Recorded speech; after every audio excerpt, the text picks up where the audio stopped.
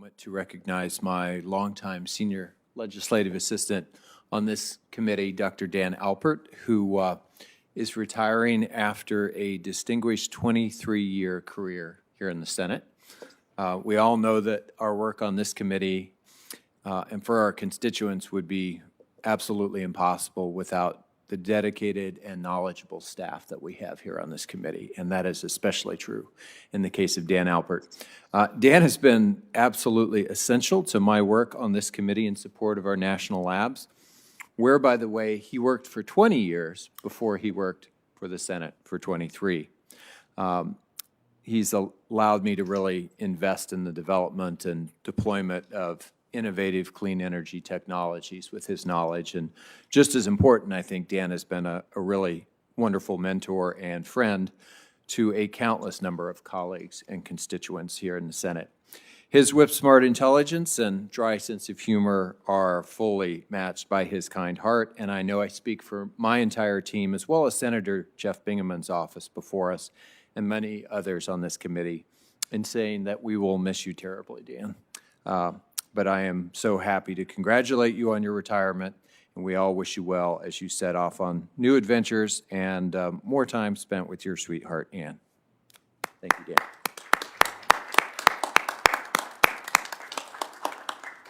Thank you, Doctor. We really do appreciate it. I was wondering why Martin was so smart. Now I know. You weren't supposed to tell anyone. The United States has been a leader of innovation in the transportation sector since Robert Fulton created the first commercially successful steamboat in 1807.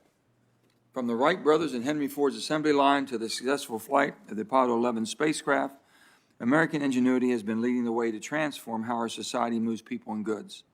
As we face the climate challenge, American innovation in transportation technologies will once again lead the way in the vehicles and fuels of the future. The transportation sector accounts for nearly 30% of the United States energy consumption, and it is responsible for the largest share, 28% of the country's greenhouse gas emissions. And that's something we don't talk about much, but it needs to be known. Last Congress, this committee considered the many bills that formed the Bipartisan American Energy Innovation Act, which was ultimately largely enacted as the Energy Act of 2020. While I am so proud of all the things we were able to get done in the final bill, not everything made it across the finish line, including our vehicles titles. If we want to reach any climate goal, we need to look at where the emissions are coming from and seek out solutions. At 28% of our emissions, it's clear that we've got to get to work on the transportation sector. And it's disappointing that we weren't able to move the legislation last year. So today, we begin attending to important unfinished work. Because our committee has a critical role to play in ensuring that we have the technologies, the materials, and the domestic manufacturing needed to decarbonize our transportation sector. Whether it's electrolyzers that produce hydrogen from water, or the batteries that power electric vehicles, we've got to advance the technologies needed for the vehicles of the future and their supply chains. The United States can and should be the leader in clean transportation with help from research and development at the Department of Energy and the national labs. In addition, the opportunities for manufacturing and sustainable transportation technologies are plentiful and can create good paying jobs right here at home when we need them most. My American Jobs and Energy Manufacturing Act would help foster that economic growth by reviving the 48C energy manufacturing tax credit and carving out $4 billion for exclusive use in coal communities, driving those jobs into the areas that have seen the biggest economic impact of the transition to a cleaner energy future. I also firmly believe that we need to decrease our reliance on foreign supply chains to build these next generation technologies. While I recognize the value of electric vehicles to help reduce emissions, I remain deeply concerned that just a handful of countries, some of which have questionable mining practices, are the gatekeepers for the critical minerals we need to build the batteries used to power them. We can't stick our head in the sand about that. We have stronger environmental and workforce protection laws domestically than many of the countries that we rely on for these critical minerals. I believe that responsible domestic sourcing of the critical minerals needed for these cleaner technologies has to be part of this transition to a clean energy future. I'm also concerned that we are quickly approaching the first cycle of batteries reaching the end of their usable life in the EV without the ability to recycle them domestically. So I'm working on legislation that will boost DOE's role in advancing the recycling of the second life applications for EV batteries. Ultimately, there's a lot of work yet to be done to reduce emissions in the transportation sector. And as the sector of our economy emitting the most, we've got to get to work, whatever the fuels and the vehicles of the future will be, to advance the technologies that are going to be needed and shore up those supply chains. I would like now for Senator Brasso to have an opening statement. Well, thank you very much, Mr. Chairman. Thanks for holding today's critical hearing. Our transportation sector is critical to our economy, and it moves people and products reliably and affordably across really a huge network of roads and rails and runways and rivers. The transportation sector is also a big energy user, consuming 28% of our nation's total demand. Now, there are a lot of exciting new technologies to make this sector cleaner and more efficient. And I believe that innovation, not regulation, is the best way to improve our country's mobility. We need to expand, not limit, choices in the transportation sector. If we've learned anything, it's that the government does a pretty poor job when it comes to picking winners and losers.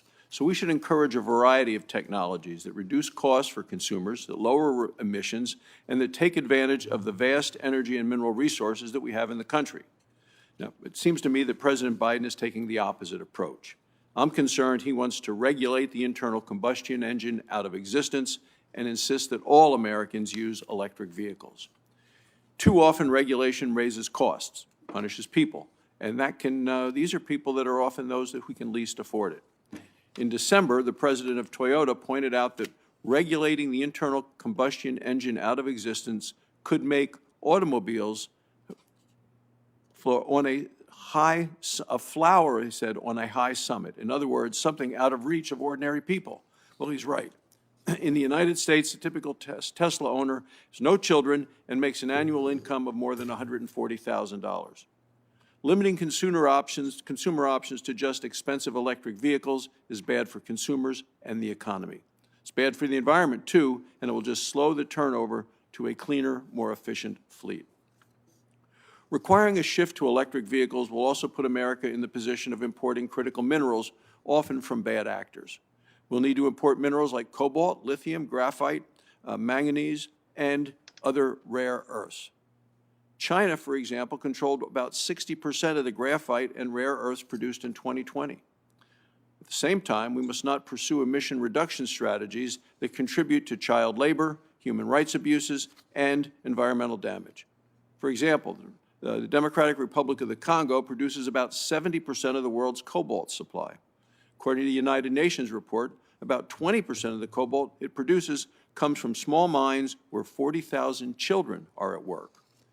In the lithium production area of Chile, mining consumed 65% of the area's water, causing soil contamination and harming local communities. If President Biden and others in Congress are serious about promoting electric vehicles, they should encourage mining here at home. Expanding American mining would help secure our nation's supply chains and ensure minerals are produced responsibly. Instead, last month, the Biden administration withdrew a land exchange for the Resolution copper mine in Arizona, casting doubt on what would be North America's largest copper mine. Electric vehicles are part of the solution, but they're not the only solution. More efficient internal combustion engines and a diverse set of fuels will have to be a significant part of the solution. That's especially true for heavy trucks, buses, trains, and vessels. And in trucking and rail, diesel engines are likely to remain the technology of choice for decades. We can reduce emissions through the use of clean diesel and even renewable diesel. We can also reduce emissions through the use of natural gas. The United States produces more natural gas than any other country in the world. We should look for ways to use compressed or liquefied natural gas to power trucks, trains, and vessels. Additionally, we can convert natural gas to hydrogen for use in fuel cells. Natural gas is a great opportunity to keep costs low for consumers, to improve air quality, and to use the resources that America is blessed with. The people of Wyoming drive greater distances than people in any other state by far. We depend on our vehicles in ways people from other states don't. Our cars and trucks must be reliable and affordable. When alternative vehicles and fuels can pass that test in Wyoming, we'll know we've hit upon great technologies. Until then, consumers in Wyoming and across the country need to be able to drive the cars and trucks that require for them to get to work and for their families. Thank you, Mr. Chairman. I look forward to the testimony. Thank you, Senator. It's now my pleasure to introduce our panel to us. We have a distinguished panel, and I think it's going to be quite informative, and thank each and every one of you. We have Ms. Kelly Speaks Bachman, Principal Deputy Assistant Secretary of and Acting Assistant Secretary for Energy Efficiency and Renewable Energy at the Department of Energy. Mr. Adam, and I do not, I hope I do not destroy the last names here, but I'm going to do the best I can.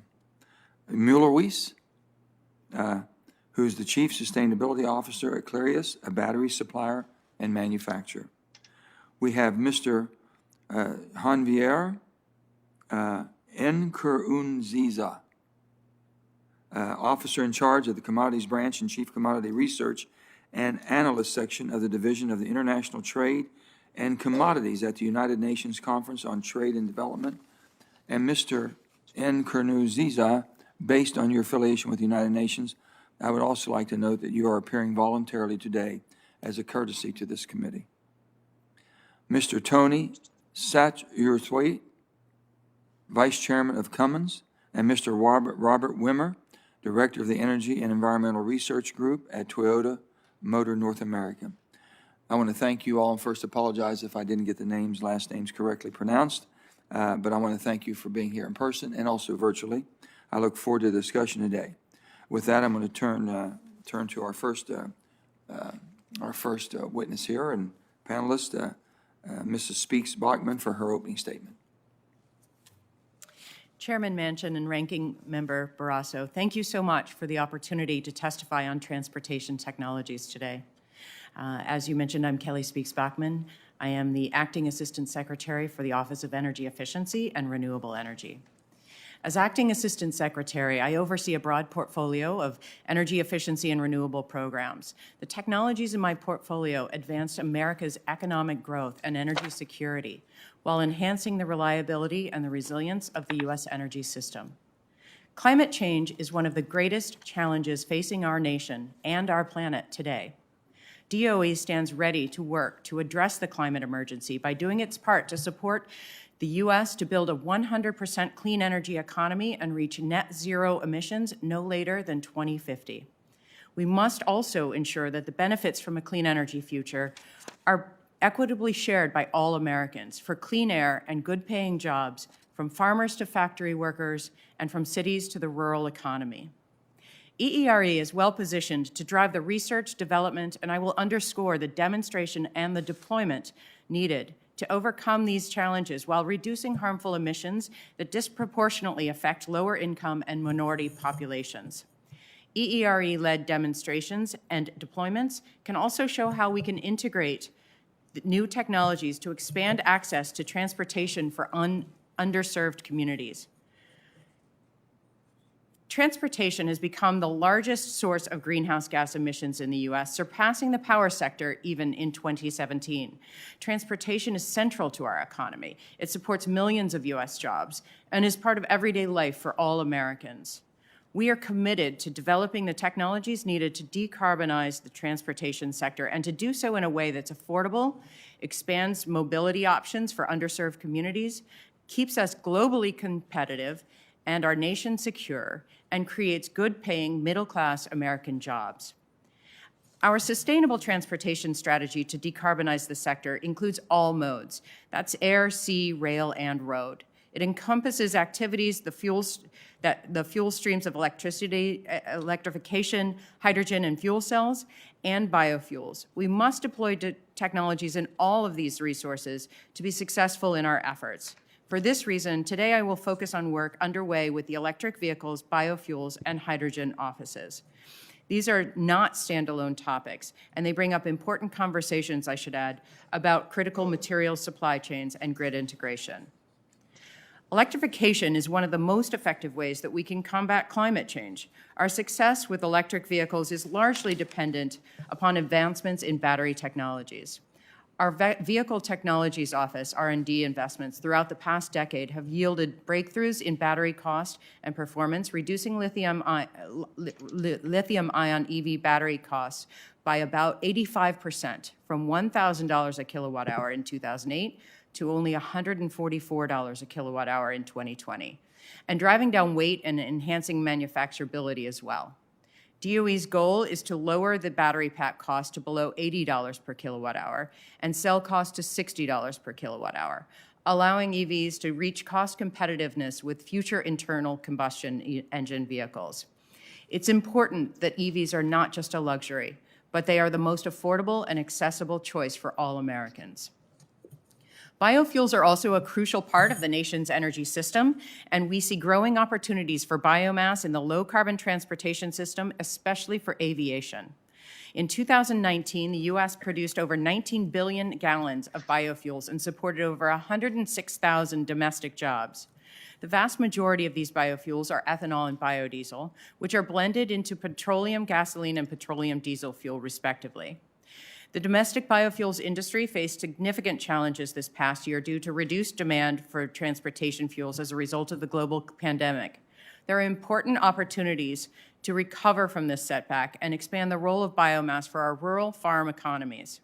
Supporting these communities and expanding job opportunities from biorefineries of the future is an important part of the President's plan. Hydrogen is also a key part of our transportation strategy as a versatile fuel that can play an important role to decarbonize key industrial sectors, provide new energy storage options, and support the move to 100% clean energy electricity production. Realizing the potential for hydrogen is going to require continued research and development, as well as accelerated demonstrations and deployments with the private sector to achieve scale.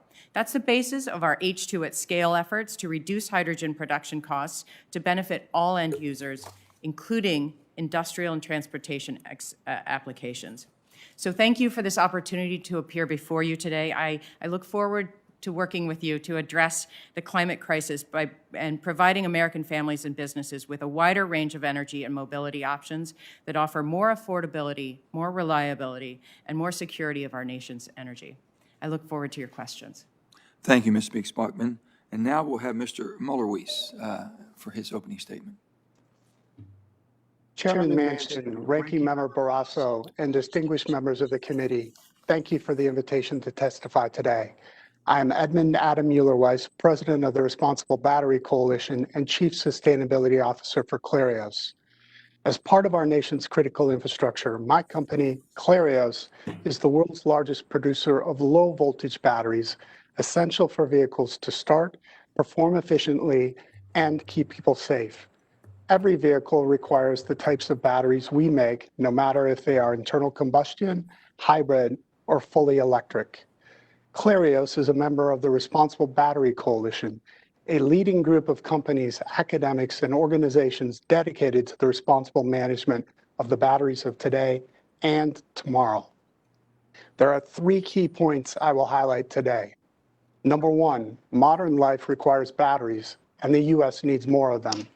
But there is no single technology that can satisfy these demands. Number 2, to meet this need, we will need to take into account every stage of a battery's life, especially end of life and recycling.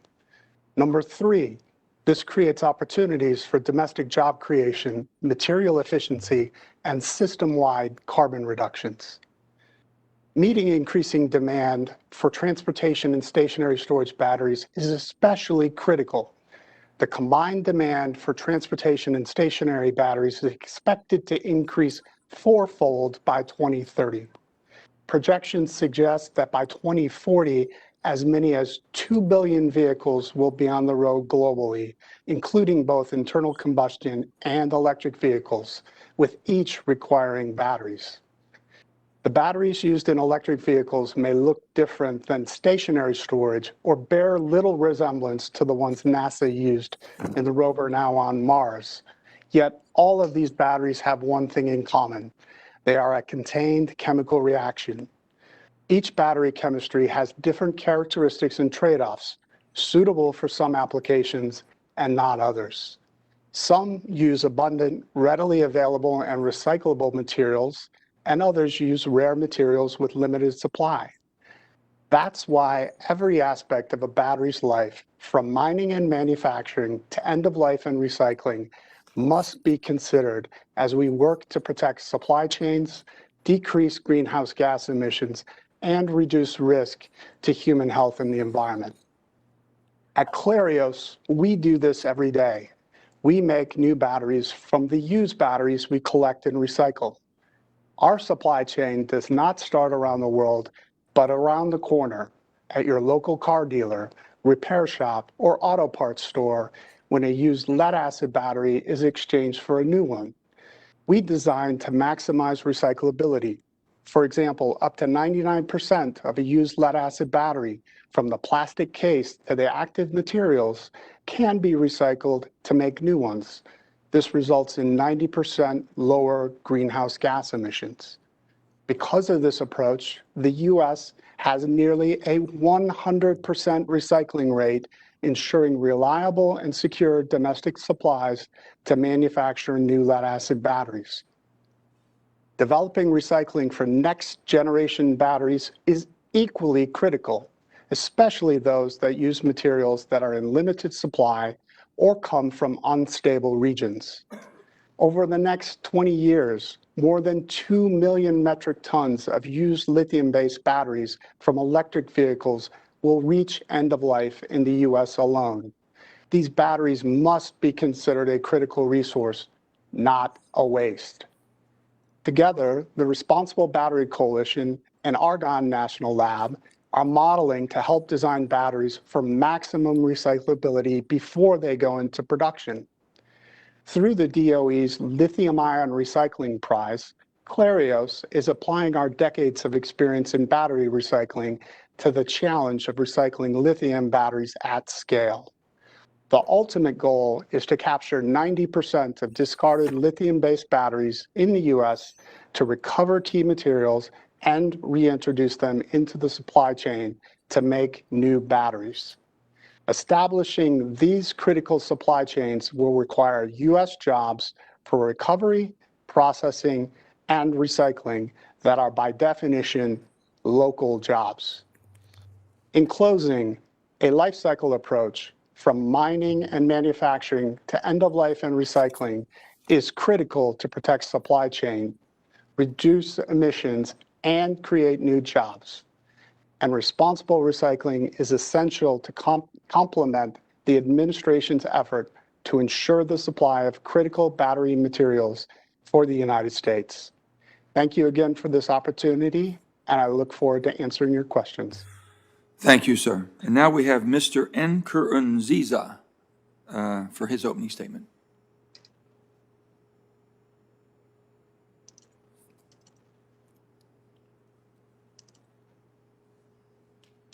Mr. Chairman and Ranking Member Brasso, it's an honor to be with you. I thank you for reminding everyone that we are here on a voluntary basis. This should not be understood to be a waiver, express or implied, of the privileges and immunities of the United Nations and its officials under the 1946 Convention on the Privileges and Immunities of the United Nations. I'm speaking in my personal capacity, and the opinions expressed here are my own. My intervention is structured around 3 points. The first point is to look at U.S. activity in the lithium and cobalt value chains. The key ingredients in the current innovative mobility paradigm is the electric rechargeable battery, particularly the lithium-ion battery. Two key natural resources are central to the production of this battery. These are lithium and cobalt. Known reserves of these resources are in a few countries. 58% of lithium reserves are in Chile, and 50% of cobalt reserves are in the Democratic Republic of Congo. Currently, production of cobalt and lithium from within the United States is relatively limited, but things could change. But there are opportunities along the commodities value chains beyond extraction that could be taken advantage of. And this takes me to the second point. What are these opportunities? I think the first is exploration. Some regions, particularly in Africa, are way underexplored. So there must be more deposits of these strategic resources in every region of the world. Extraction. There are technologies that are inefficient, opening the door for firms with better technologies. Lithium extraction in Chile, for example, is inefficiently extracted. Deposits in Bolivia are stranded due to technological issues. So new, more efficient technologies are being introduced, and these will bring to bear a number of otherwise stranded assets. The other aspect is recycling and disposal. This area is underdeveloped, and we think there are opportunities there. The United States has two advantages: its R&D capabilities and its financial industry. Developing countries where these resources are located just lack these two resources. They lack the technology, they lack the financial resources. So the US can leverage these two advantages to be able to access these resources.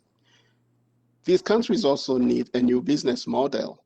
They need a win-win joint venture model based on impact investing model, as opposed to the traditional predatory model, especially in the mining sector. In this model, investment is judged not only by its rate of return, but also its impact where it takes place, especially its impact on the environment.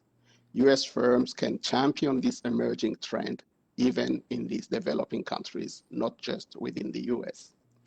US firms can also procure the raw materials and develop the value chain in the US. This is what other countries have been doing up to now. After all, the countries dominating lithium and cobalt value chains are not their major producers. The third point is fostering frictionless international trade. International trade allows developing countries that transform their natural resources into physical, human, and financial capital that they need for their development. Trade also allows importers like the United States to access raw materials. So it is thanks to international trade that, except for Chile, no major producer country is an exporter of lithium and cobalt-based products. China and Belgium account for 87% of total cobalt oxide and hydroxide exports, despite the fact they are not major producers of cobalt. The United States is the second largest exporter of lithium oxide and hydroxide, 13%, behind China, 50%, and before Chile, 12%. Thanks to its R&D and financial industry and relying on a smooth international trading system, the US can develop a homegrown industry feeding a greener and innovative transportation system. Thank you for the opportunity, and I look forward to the questions. Thank you, sir. And now we have Mr. Satterthwaite. Chairman Manchin, Ranking Member Brasso, thank you for inviting me to participate in today's hearing. My name is Tony Satterthwaite, and I am Vice Chairman of Cummins. Since our founding more than 100 years ago in Columbus, Indiana, technological innovation has been at the core of what we do. Increasingly, customers require not just dependable power at a fair price, but power that results in fewer greenhouse gases and fewer criteria pollutants that contribute to climate change and poor air quality. Cummins embraces environmental standards and uses our innovation to grow our business, create American jobs, and improve communities, taking a leadership role in our industry for our positions on emissions and sustainability. Today, I will discuss three things: our path to zero emissions, the importance of government support for innovation in infrastructure, and the technologies where innovation is crucial. Our customers need the right vehicles and equipment to do their work today and in the future. The solutions must be reliable, efficient, operationally flexible, and sustainable to meet evolving demands. They also need these solutions to be affordable so they can do the work that helps power the economy, make their payroll, and continue to create jobs.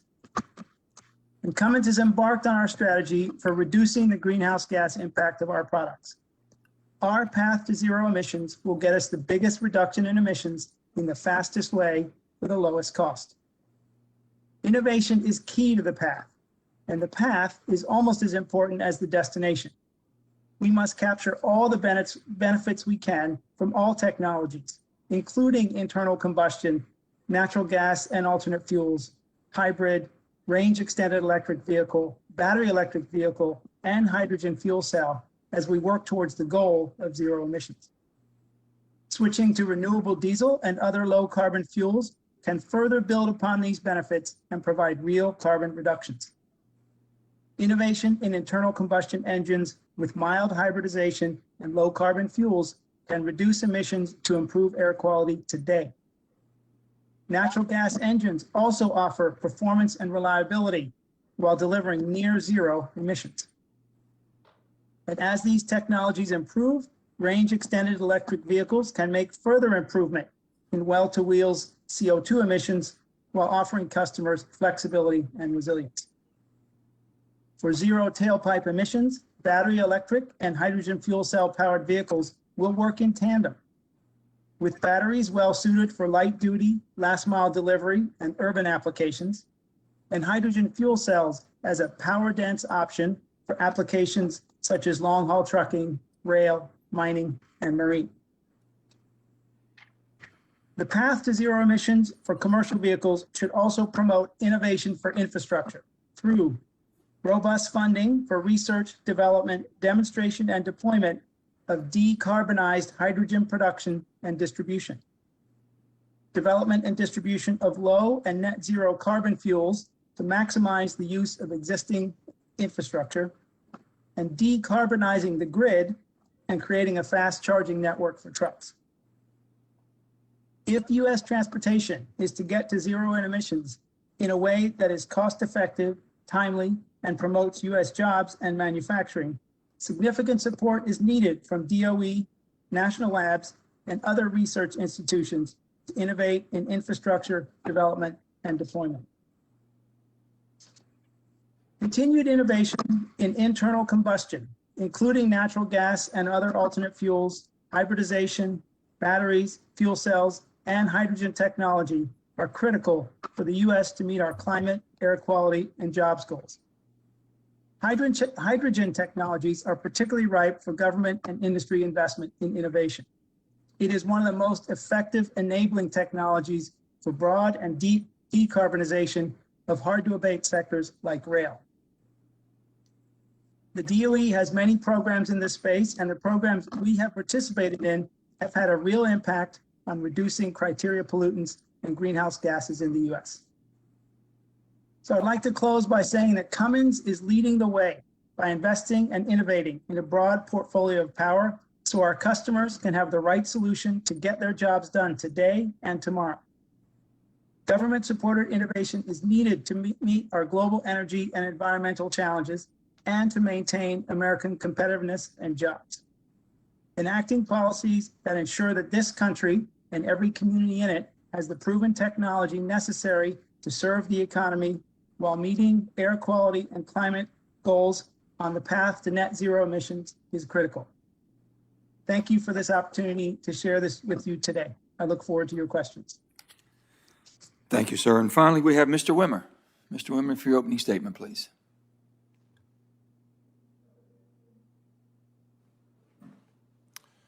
Chairman Manchin, Ranking Member Brasso, and members of the committee, thank you for this opportunity.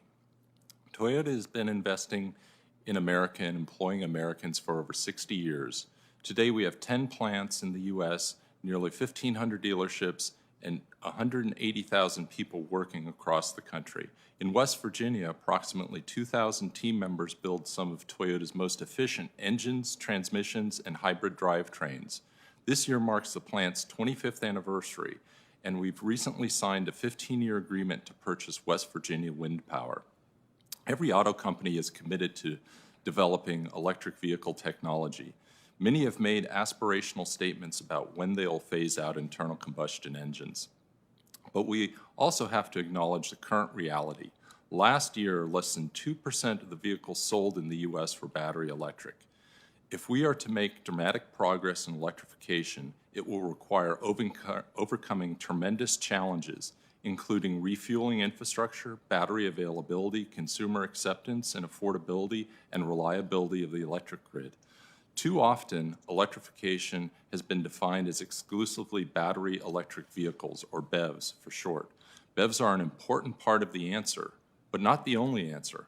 Hybrids are also electrified, as are plug-in hybrids and hydrogen fuel cell electric vehicles. All these alternatives will help lower carbon.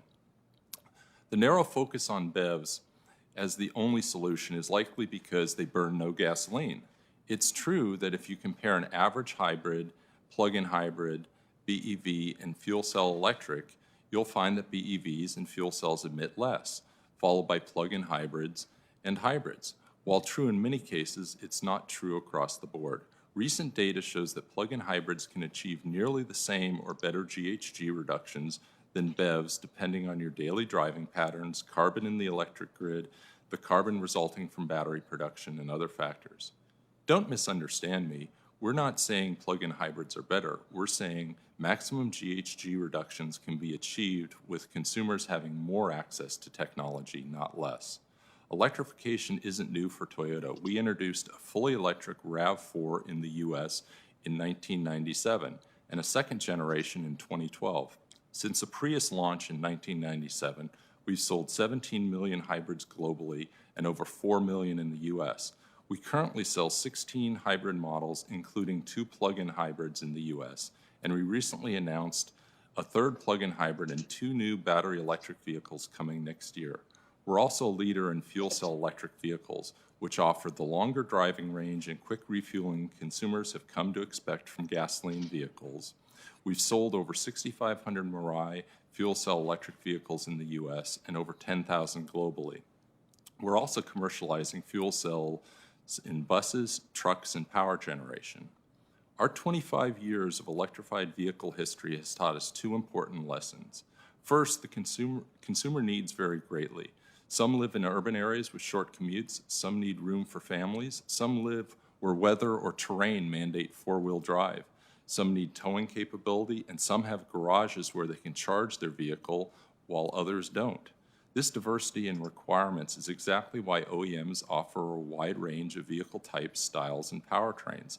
It's also precisely why multiple electrification pathways are needed to reduce carbon emissions.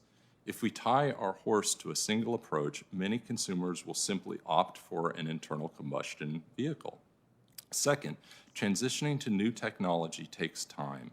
Selling those 4 million hybrids in the U.S. took us 20 years. Significant BEV penetration may pose an even greater challenge given the cost barriers, the cost of batteries, the need for national infrastructure, long recharging times, limited driving range, and the need for consumer behavioral change. Without a doubt, technology-inclusive policies will provide more Americans with electrified options and will likely achieve greater GHG benefits as a result. For the most effective near-term policy is consumer purchase incentives. These should be structured to promote all electrified vehicles, allow consumer choice, and provide greater opportunity for GHG reductions than a single pathway can provide. And these incentives can't sunset too quickly or they won't provide the investment certainty manufacturers need. Similarly, robust incentives for infrastructure and fuel production are needed. The former will speed deployment of electric chargers and hydrogen stations and increase consumer willingness to purchase. The latter will reduce fuel costs and accelerate the use of low-carbon feedstocks. Our collective destination is a carbon-free transportation system, and I believe we can get there. But our experience tells us it won't happen overnight, and it won't be a single technology. We believe that this country and the world is moving inevitably to electrified transportation, but we need to overcome many obstacles along the way and remain supportive of all electrification technologies. Thank you for your time today. Thank you, Mr. Wilmer. Now we're going to start our questions. And my first question will be to Ms. Speaks Bachman and Mr. Mullerweis. With the growing adoption of electric vehicles, I see the lack of domestic EV battery recycling is problematic. With that being said, also sourcing and manufacturing. We're moving towards a carbonless EV, if you will. And I don't make sure the cart's not in front of the horse. Cart is not in front of the horse, and the horse can't push very well. So what do you see as the biggest challenges we need to address in this situation of recycling and the manufacturing of EVs, batteries? Ms. Bachweiler. Thank you, Mr. Chairman, for the question. And I would like to take a quick opportunity to thank you so much for your leadership in providing the provisions that could very well relate to this in the Energy Act of 2020. Right. There is so much more that we can do, however. I believe Secretary Granholm appeared in front of you during her confirmation, and she spoke to the need of really a three-pronged approach, and that's what we're working on at DOE and within EERE. And that is, number one, to diversify the supply that we have. Number two, to find substitutes for non-critical materials, of critical materials to the non. And the third is reuse and recycling, so that we are minimizing the need for raw materials. I may interrupt. Are we along the research as far as finding substitutes for raw materials to make these types of batteries? We are making progress. There's a lot more work to Okay. be done, and we need to accelerate that. Mr. Mullis? Yeah, the number one constraint, it really is a mindset where traditionally we've focused on developing new solutions, bringing them into the marketplace, and dealing with the end of life later in the process when large quantities of batteries or other products reach the end of life. We really need to start that process right up front. And I need to commend the work of Argonne National Lab and NETL and the other national labs that are looking at the end of life of vehicle batteries, particularly EV batteries, current chemistries and future chemistries, and identifying opportunities for reuse, recycling, recovery, and ideally even a circular economy of batteries where we can take those same materials in that battery and make new ones. But I want to build on that point about hybrid vehicles. We are already seeing in today's economy the remanufacturing of some of the early hybrid vehicle batteries. So they're being reused in the ideal second life or second use, which is the application that those batteries were originally designed for. So more of that is what's needed, more focused efforts, and really a fundamental change in mindset from a linear approach to a circular one that looks at ways to use those materials to supply new battery manufacturing, not just end-of-life waste. Thank you. This is going to be for Mr. Wimmer and Mr. Satterthwaite. Both of your companies have been putting a heavier emphasis on hydrogen and hydrogen fuel cell technologies. I'm intrigued by fuel cell technology because the fuel cell vehicles, like the EVs, produce electricity without combustion or emissions and do not rely on lithium battery. This is old technology. In the 1990s, West Virginia, and Bob Wise was our congressperson at that time, pushed it very aggressively, and we had a fueling station in West Virginia. It never took off. We had a couple of our buses, transit buses, and it seemed like a novel idea, and for some reason, it never caught on with the public. We had no more expansion, and even as much as we promoted it. So I'm asking, in what application do you see the most potential for hydrogen? Because I think it has unlimited amount of potential in our commercial energy fields also. So whoever wants to go first, Mr. Wimmer, then Mr. Satterthwaite. Very good question, Chairman. I was actually involved prior to Toyota with that bus program. You remember that? Yeah. Ended up in West Virginia. And I can speak from personal experience that was a little bit before prime time for the technology. Okay. It's a little bit early, but we've come a long ways in the last. I'm glad to hear that West Virginia was ahead of its time. Yes, they were. So over the last 20 years, we've been developing the technology. We're now on our second generation stack technology, which is allowing us to produce stacks in much larger quantities. We can produce upwards of 30,000 stacks a year, and it's a very scalable technology. So it can be applied to a standard four-door sedan, like I mentioned, the Mirai. But if you put two of those stacks into a Class 8 tractor trailer, as we're doing for a program at the ports of Long Beach and LA, that those tractor trailers are being used to haul drayage from the port to different locations around the LA basin through some very disadvantaged communities that are very impacted by emissions from the streets and the highways nearby. So replacing a diesel vehicle with a zero-emission vehicle, particularly a fuel cell, is beneficial for reducing carbon emissions, of course, but also for pollution. Do we rely on any other foreign countries for the technology or for the raw materials for us to do that? The raw materials primarily are carbon in the stacks. We do purchase some of the precious metals in the fuel cells from outside of the country, but we also purchase about the same amount for catalytic converters in cars. So what we're really looking at is taking that resource and transferring it from cars. Mr. Satterthwaite, real quickly, I'm sorry we're running out of time, if I may. Yes. Yes, Chairman, thank you. The energy density, emissions, weight, and fueling properties of hydrogen make it an ideal energy carrier for the equipment that Cummins powers.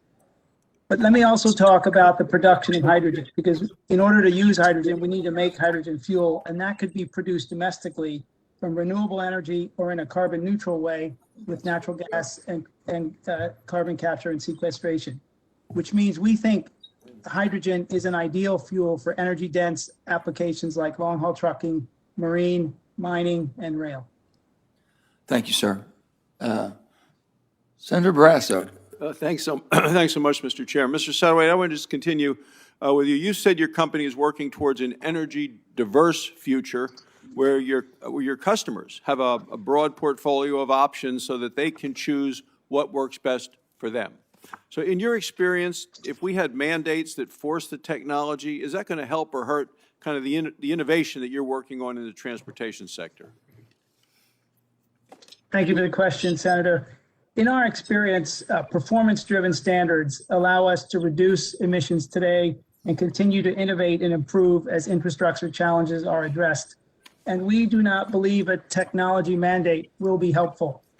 One of the things we have experienced in our past is when technology is pushed into the market before it's ready, there are three effects that we see. The first is that the cost of the technology is typically higher, and so customers get frustrated with that. As the reliability of the technology is not great, manufacturers have to spend more money on warranty and support.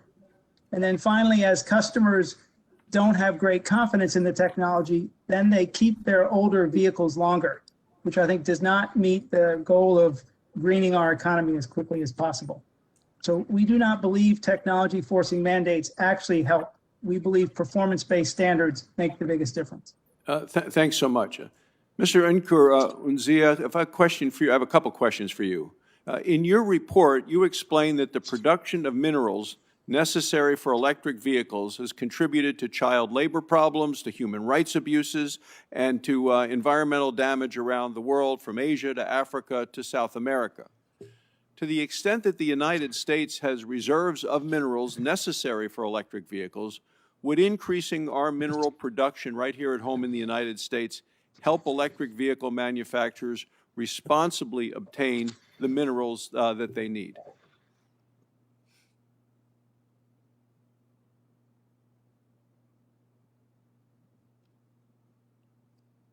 Not sure if we're still connected with you. Oh, I think you might still be on mute. If you want to just unmute your mute button according to our computer screen here. Well, while you're working on that, let me go to Mr. Satterthwaite again. You know, Wyoming has some of the largest reserves and is among the biggest producers of natural. I'm unmuted now. Oh, Sorry. good. Oh, good. Please, Yeah. if you wouldn't mind. Okay. Yeah, sure. So two ways really to handle that. Yes, of course, if there are domestic resources, cobalt, lithium, you can produce them economically because also the economic side comes in. If they are competitive, can be produced competitively, yes, the US can very much benefit from that. But the second aspect is that you can also get them from where they are. And that's what most countries are doing now, because not every country will have all the resources it has to advance its development. So what I think is the US can be a champion, actually, of all these problems we've seen. They can go in with a better model, better standards, invest what I called impact investment, which tries actually to correct the wrongs that we observe in those countries, while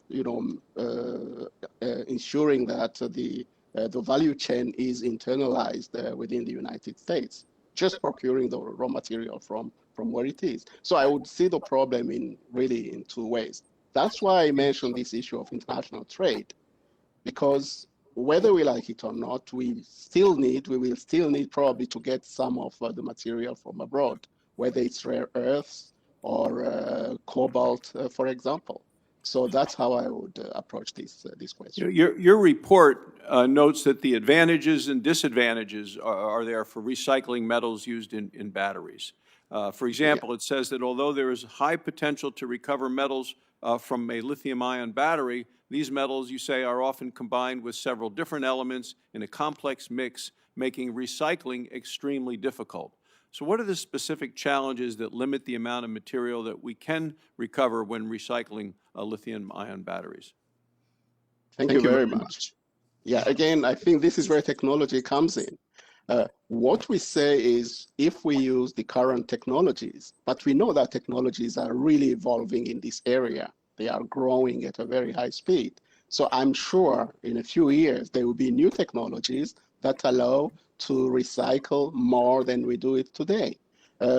Going back probably to something else I said earlier, in Bolivia, for example, we know Bolivia has the highest concentration of lithium, but it is not extractable because of technology. The current technologies cannot allow that lithium to be extracted. So technology, again, with the development of new methods, that will be possible, and I'm sure maybe in a few years. Mr. Chairman, one other question for Mr. Satterwhite. I just want to say, Wyoming has some of the largest reserves, is among the biggest producers of natural gas in the country. Can you discuss the opportunities that liquefied natural gas, LNG, provide for reducing our dependence on foreign oil and air emissions for, say, heavy-duty vehicles? Yes, Senator, thank you for the question. Switching any application from diesel to natural gas is a tremendous opportunity to reduce emissions. Natural gas engines can provide performance and reliability. They're a mature and proven technology, and they offer both criteria pollutant emissions 90% below current EPA diesel standards and greenhouse gas emissions 16% below current EPA standards. And so natural gas engines are a mature, proven, and one of the least disruptive alternatives available to start on the path of decarbonizing our transportation sector. Thank you, Senator. Senator Cantwell. Thank you, Chairman Manchin and Ranking Member Brasso, for this important hearing. Clearly, we have to keep manufacturing more efficient cars, drive down costs for consumers, and deal with pollution. So very much appreciate this panel, and very much appreciate the past efforts by Congress in passing a CAFE standard that helped us save 2 trillion gallons of gasoline. That really is about the same as it takes to fill up all the light-duty trucks in the United States for 15 years, so it was really quite an achievement.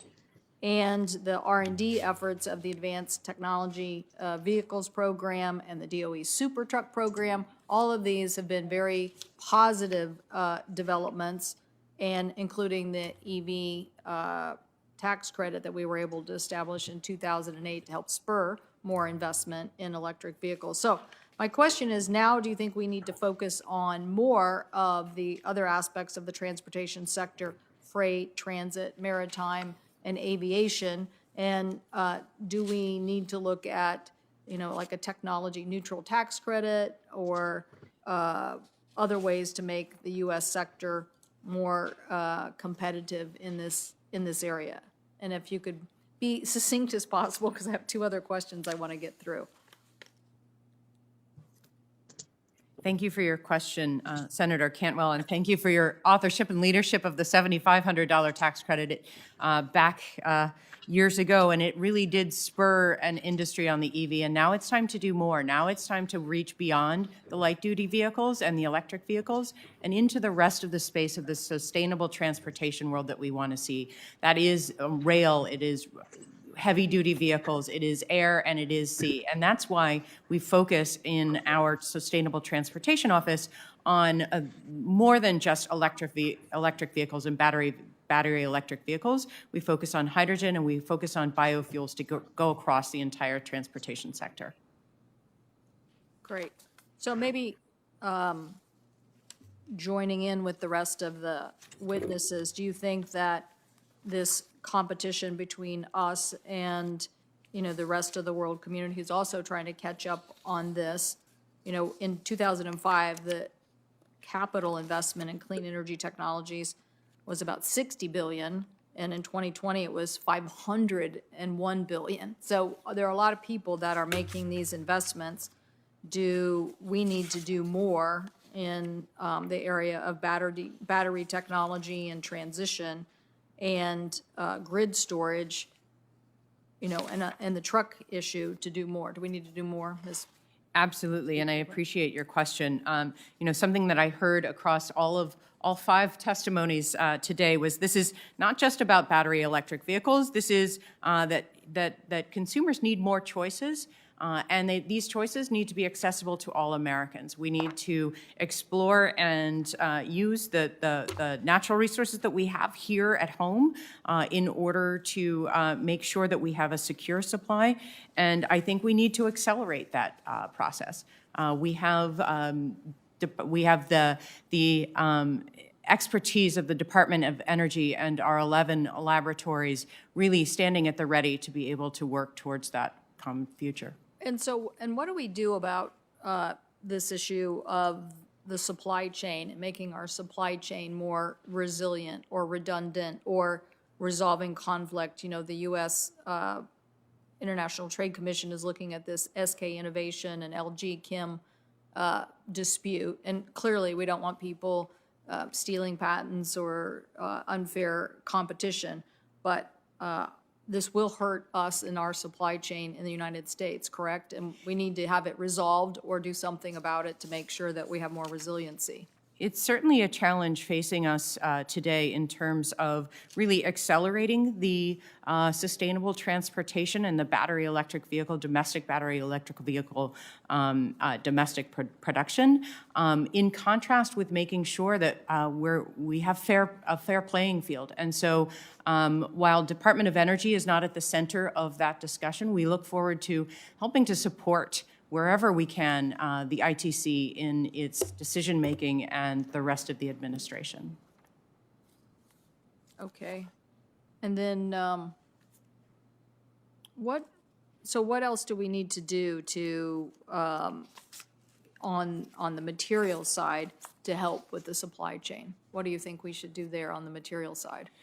Well, reducing the reliance on critical minerals is really important, and it's a big focus of us at Department of Energy and across our labs. Really, I'm focusing on diversifying the supply of these critical materials. Secondly, really is finding substitutes for them through our research and development.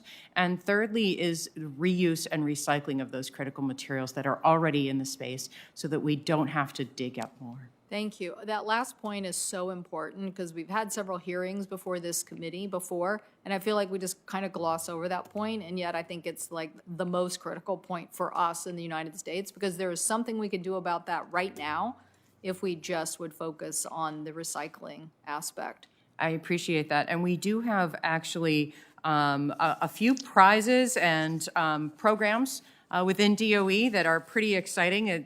The Lithium-ion Recycling Prize and the Resell Battery Research and Development Center, for which Clarios is a participant. So we will continue that work and we look to expand it. Thank you, Mr. Chairman. Thank you, Senator. I don't think Mr. Langford is able to get on the call right now. And is Mr. Cassidy, Senator Cassidy, would he be available? If he is not available, we're going to go to Senator Heinrich. Thank you, Chairman. Ms. Speaks-Beckman, I wanted to ask you a little bit about electrolyzers. We had heard a lot of different testimony today about hydrogen, and one of the things that I think it's clear, whether you're Cummins or anybody who's starting to invest in that space, that we need to bring down the cost of electrolyzers. That's one of the key goals here. So can you talk a little bit about how we move electrolyzer costs down the deployment cost curve more quickly, and from your DOE perspective, and then what we should be doing as a policy-making body to support that? Well, thank you for your question, and thank you for your leadership on so many aspects of energy storage, either stationary or vehicle, and on climate addressing the climate crisis. So really appreciate the time and the question.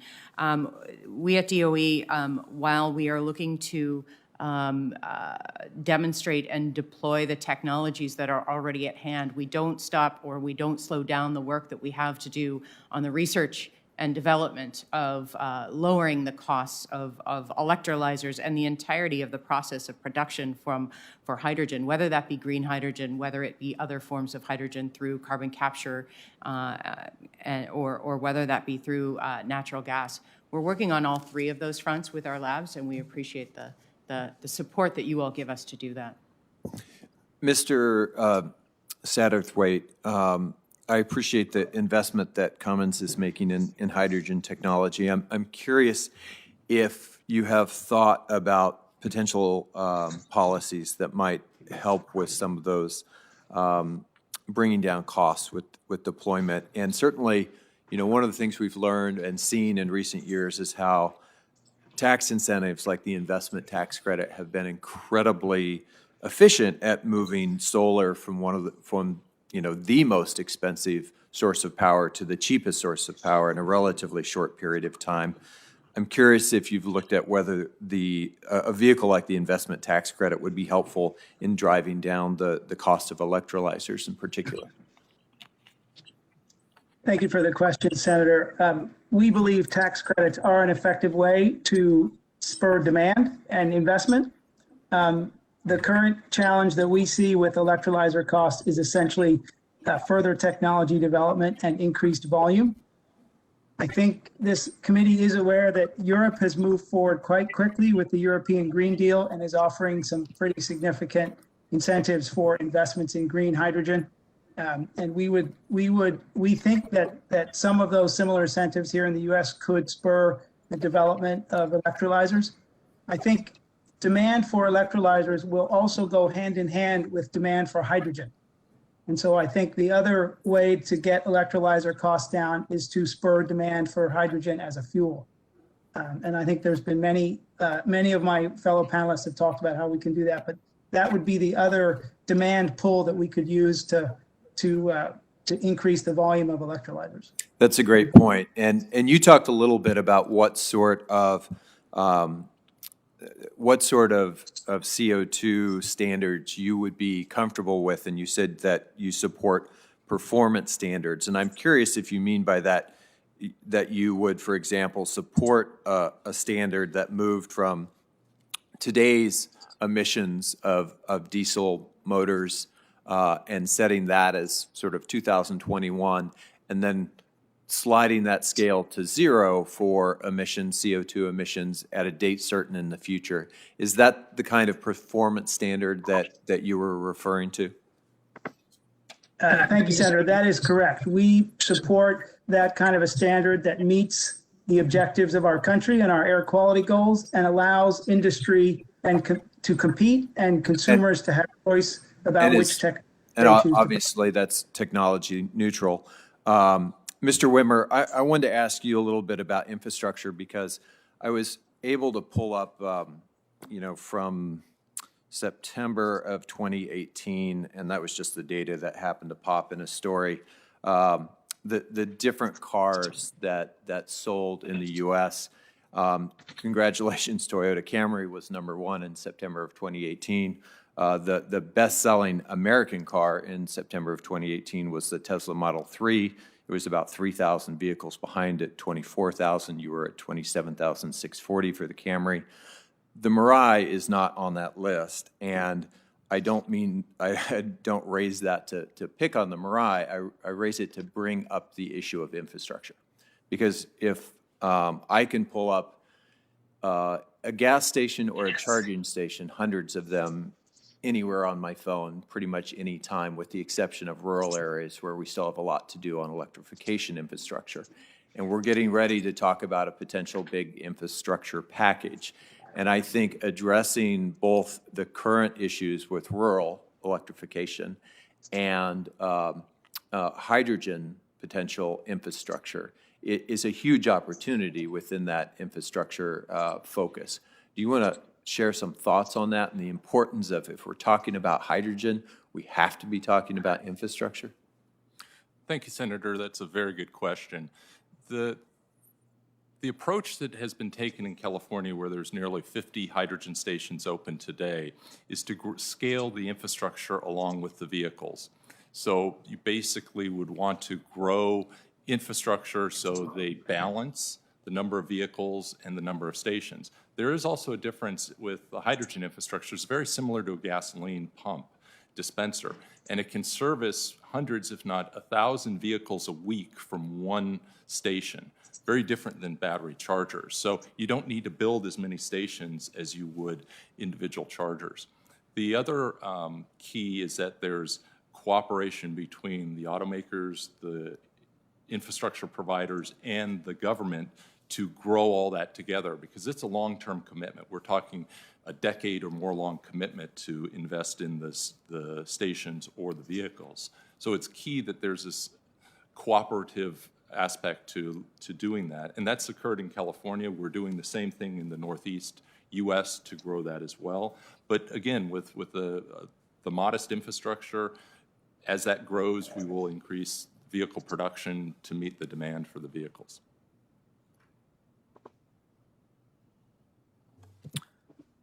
Thank you, Senator. And Senator Murkowski. Thank you, Mr. Chairman, and good morning. I appreciate this hearing. Innovative transportation technologies, and I know that most of my colleagues, when you think about transportation, you're thinking about what's driving on our roads, and I appreciate that we've got someone from automobile manufacturing, but in way too many of my communities, we don't have those roads. And so for us, transportation looks just a little bit different, and we talk about how we move on the water, which I think for us, for the United States, really for the world, this is a space in an area we need to be spending some time and attention. We've had an opportunity, Mr. Chairman, to go to Norway. We've seen a country like Norway that, again, has a lot of areas that you can't access readily by road. And so what they have done with their ferry system and their marine highway system to allow that to be powered through renewable opportunities, electricity. I think about our Alaska Marine Highway system. It's actually been designated as a National Scenic Byway and an All-American Road. This is our road out there. We've got incredible opportunities for hydro resource, again, a renewable resource there that can generate this electricity. But when we think about what we have in Kodiak, another series of ferries that go around that island community is, the city of Kodiak anyway, is about 99 to 100% renewable, but between the hydro and the wind opportunities and the storage that they have there. So talk to me a little bit in terms of what is being done in terms of the R&D to lower the cost of hybrid electric ferry conversion, what more is doing in this space to help not only ferry systems, but I also think about our fishing fleet in Alaska and the desire that so many have to convert their fleets to get them off of diesel and to get them to a different way of operation within their own system. So I think that goes to you, Ms. Speaks-Bachman, in terms of what we're seeing in the innovation in this space. as it applies to transportation on our water, whether it's a fishing fleet or whether it's a marine highway system like we have in Alaska. Well, thank you very much for the question, Senator Murkowski, and thank you for your leadership in all these energy issues that are so important to us. Our Water Power Technologies Office has undertaken the Powering the Blue Economy initiative, which is very exciting, centered on unlocking the opportunities for waterway energy systems, also working with the Department of Transportation, working with the Department of Interior, working with working across the entire government, really to find ways to electrify ferry systems as well as demonstrating projects for communities. We've also partnered with across DOE offices to launch the Energy Transitions Initiative Partnership Project, as you're well aware. We have the Waves to Water Prize, which we just announced a recent winner, which is about desalination systems for disaster relief. We have the Ocean Observing Prize, which is working on development of wave energy powered ocean systems. That plus working on the ferry electrification systems are really sort of where we're working to decarbonize across the entire economy. Whether we do this through electrification or zero carbon fuels for the ferry systems, we're working on both of those aspects. We are looking to integrate the transportation sector to involve much more than just the road systems, but really water, rail, and air as well. Well, I'd like to work with the folks at DOE on this. As I mentioned, we've got an awful lot of not only remote and islanded communities, but they're just not connected to anybody else. Again, we talk about the microgrids and how we're kind of doing it on our own, but the opportunities, I think, for us to be doing more when it comes to creating these highways on the water, how we're able to access one another through that. I'll just note that some of our communities are already really pushing out. Juneau, our capital, they've got, on a per capita basis, 1 electric vehicle for every 76 residents. For that community, their big problem was getting dealers from Seattle to ship EVs up to the state because everybody thought they didn't want them there. In the community of Cordova, there were no EVs, and so the mayor decided he was going to deal with the chicken and egg thing and put in 2 charging stations, and now we have several EVs. So you build it and they will come.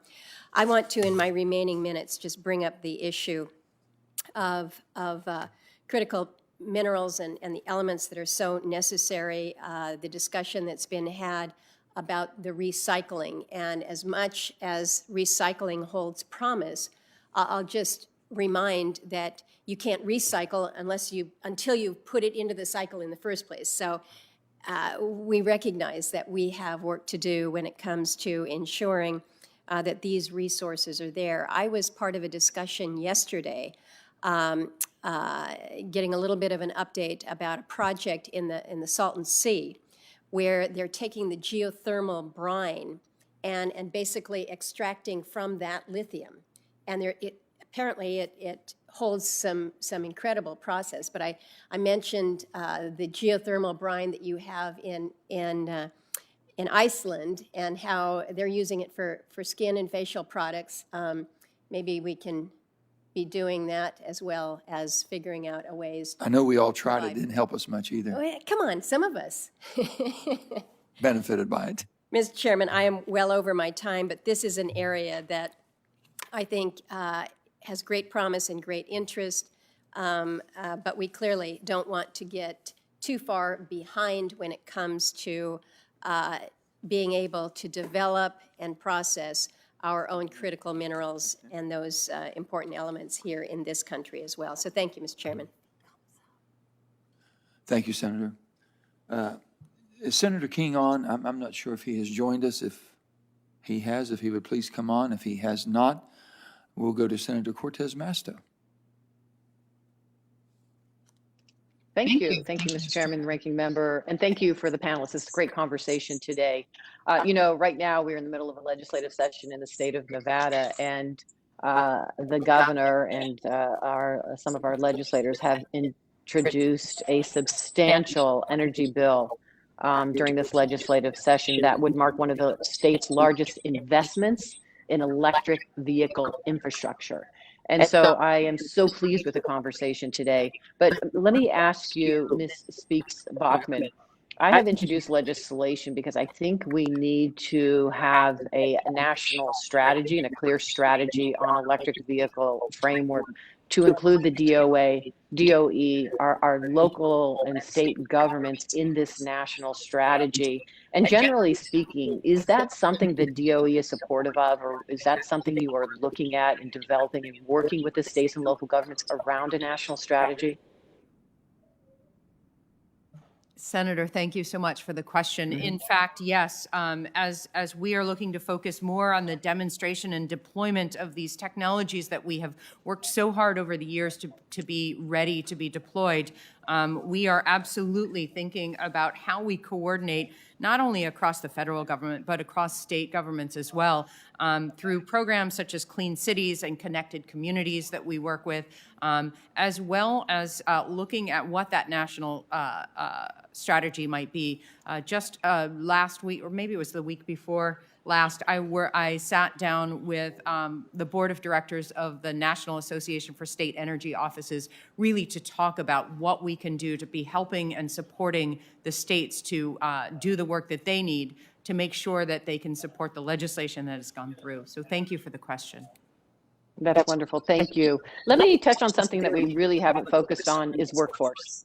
In addition to the opportunities and challenges presented today, we also have to prepare our workforce for many of these technologies and the expansion of jobs that come with them. This could provide ample opportunities to work with our partners in organized labor as well. So let me just open this up to the panelists. Can you talk to the potential benefits that electric vehicles and the deployment of charging infrastructure could have for domestic job creation and production? And let me open that up to the panelists and see if anybody has any thoughts on that. Well, I'll jump in if you don't mind. Thank you for the question. Absolutely. Everything that we do at the Department of Energy is focused on, of course, reducing carbon in our energy infrastructure, but also to be able to enable all Americans to have to benefit from the work that we do, and that includes not just the environmental benefits, but the workforce development side of this, and so and training as well. And so, in the deployment of infrastructure, it certainly can help us to get to that goal of creating of millions of good-paying middle-class jobs with the opportunity to join a union, as well as helping in not just in the deployment of this, but in the operations and maintenance of the transportation sector. And thank you. I'm glad you said that, because I know I have worked with our regional transportation commissions in Nevada. We have electric buses already, but I know, particularly in Northern Nevada, working with our Washoe RTC, that they highlighted for me the shortage of workers that had the know-how to service electric vehicle buses. And so I think this is an area where we can grow our workforce and train them, create jobs, create new jobs, transition the skills to these jobs, which will benefit our workforce as well. Thank you for that. Let me touch on battery recycling while I have just a few minutes left. Mr. Muller-Weiss and Mr. Nkurunziza, is that right? I don't want to butcher your name. Great, thank you. Both of your testimonies speak to the many benefits of developing better battery recycling programs and keeping the recycled materials in the United States in an effort to gain control of the feedstock for future battery production. Mr. Muller-Weiss, in your written testimony, you mentioned the 2 million battery challenge.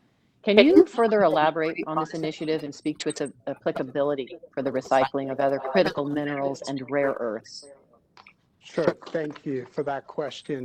The 2 Million Battery Challenge is something the Responsible Battery Coalition put together to go after the estimated number of batteries that are currently not being pulled back into the recycling system for the conventional lead-acid battery recycling.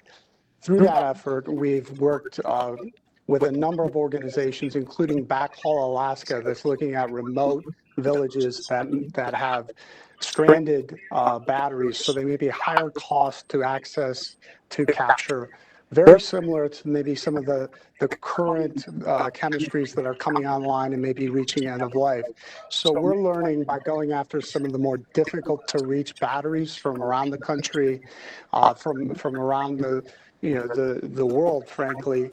But that effort is really focused in trying to identify how to make it economically viable, how to serve transportation needs to get it from some of the most remote locations to responsible recycling centers.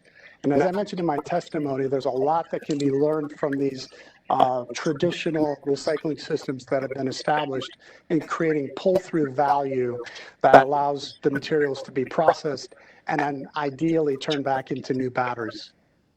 Thank you. Thank you, Senator. And now we have, let's see who we have. Senator Langford, is he available yet? If not, we're going to go to Senator Cassidy. Okay, thank you all.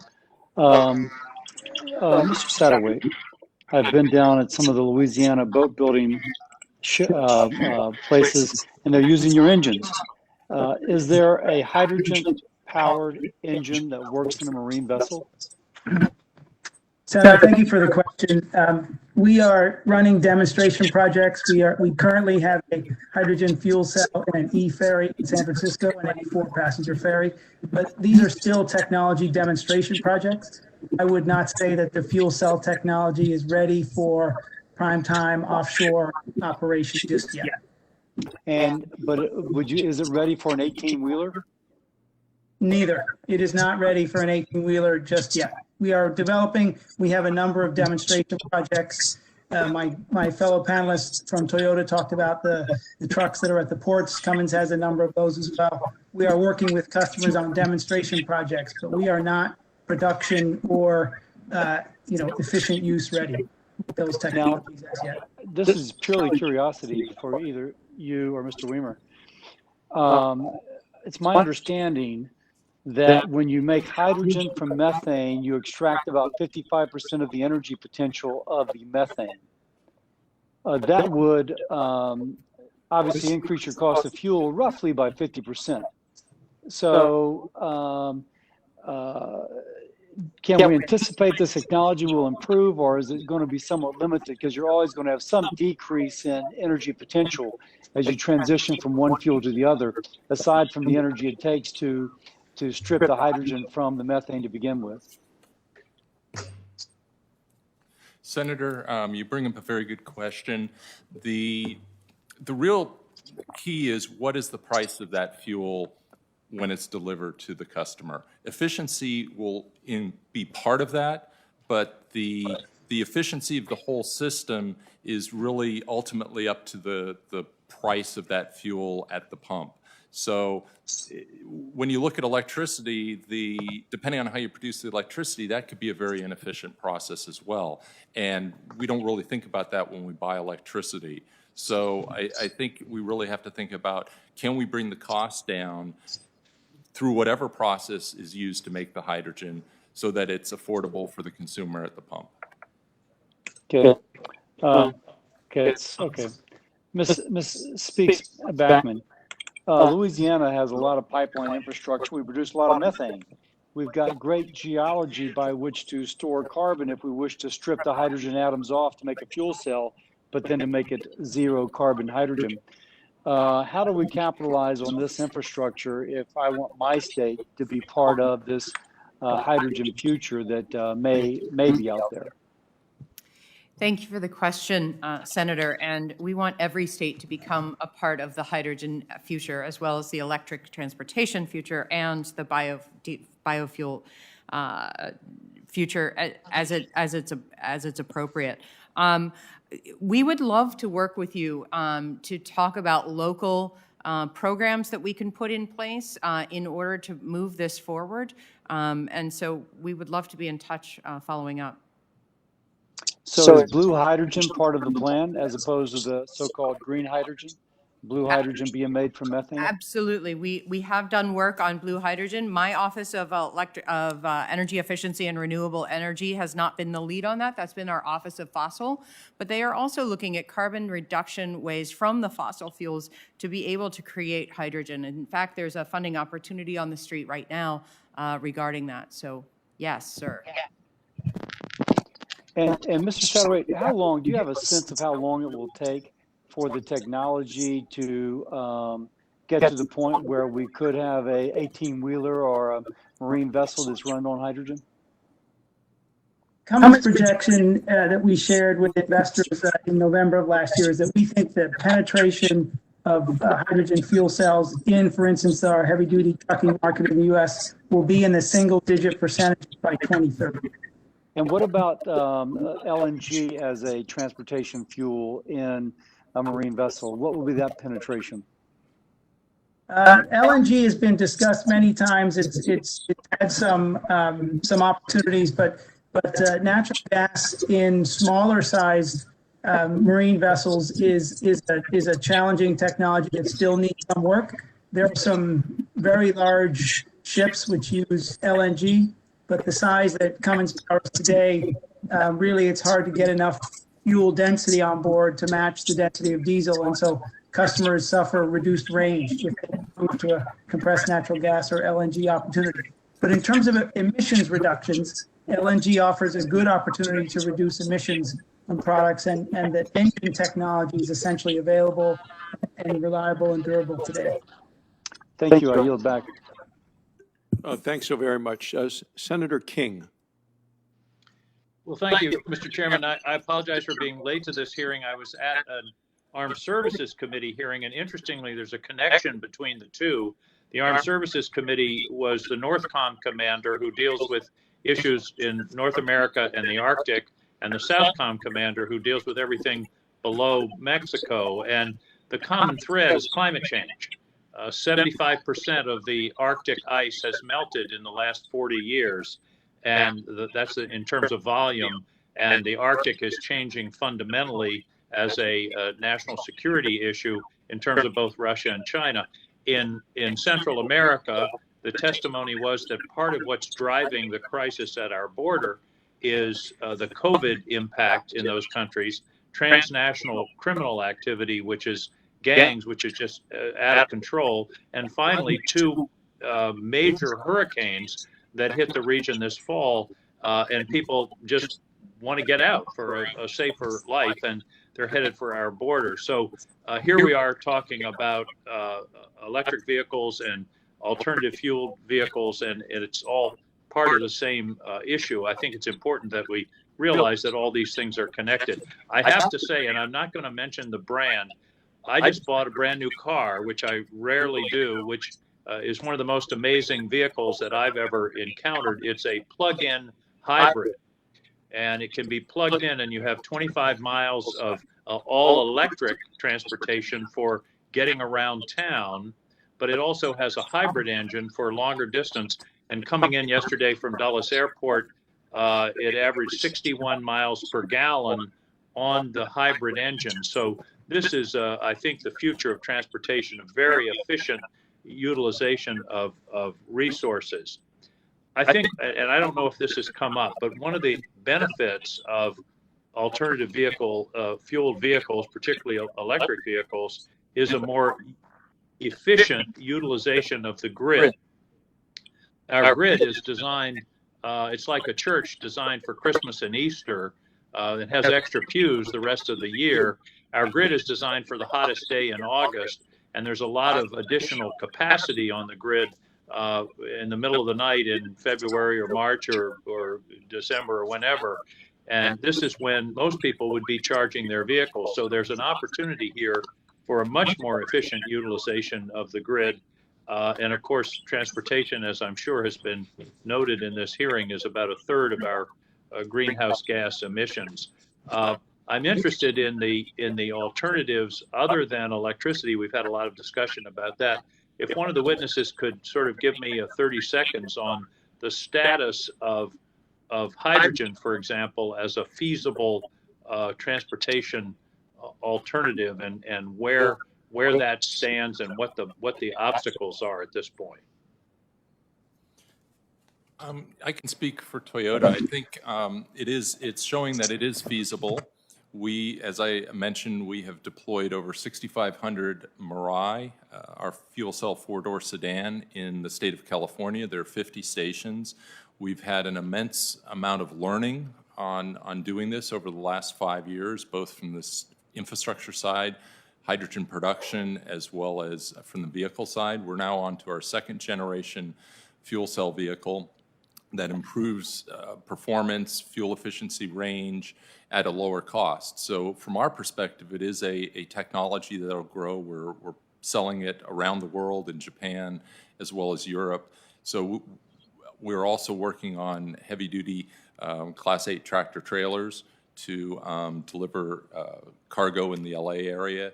So I think from our view, we see it as a fundamental technology that will grow going forward and help us achieve our climate goals. And the hydrogen can be produced by excess capacity, electrical capacity, can it not? Yes, that is one way to produce hydrogen. Hydrogen can be produced many different ways, so excess capacity, electrolyzers, renewable energy, as was mentioned earlier, from natural gas with carbon sequestration. So there's just a variety of ways to produce the hydrogen that really can vary by region. So whatever each region of the country has, they can use it to produce hydrogen. And the emission from the burning of hydrogen is H2O. Is that correct? Correct. We're not burning hydrogen. We're actually just recombining it with oxygen to form water, and that's what comes out of the tailpipe. Well, I think water is a lot better than CO2. So I appreciate that technology. And how many vehicles did you say you have deployed in California at this point? We've deployed over 6,500. And then if you add in our competitors' vehicles, it's around between 7,500 and 8,000 vehicles, I think. And at what point is this a cost competitive technology now, or when will it be so? Well, we can't really talk about costs. I think we can look at the price of the vehicle and see that I think the new generation is approximately $57,000 with 3 years of free hydrogen. So I think from the consumer standpoint, it's a very attractive price, but I can't speak to cost at this time. Okay, thank you. Thank you, Mr. Chairman. Thanks, Senator King. Senator Langford. Senator Brasso, thank you. To the witnesses, thank you very much for what you're doing and for bringing the conversation in today. Let me go through several things. Mr. Mueller-Weiss, let me ask you about the battery recycling that's come up several times, and obviously the challenge that we have with some of these minerals coming from conflict areas and child labor, and from multiple areas where we have nations like China and Cuba that seem to dominate the market in certain different minerals. So the battery recycling becomes a big issue for us. My understanding is we're around 5% at this point for some of these batteries. Not dealing with existing car batteries now, where we're at near 100% of recycling, but for some of the lithium ion and some of those. Where are we on the recycling, and what can we do better for that?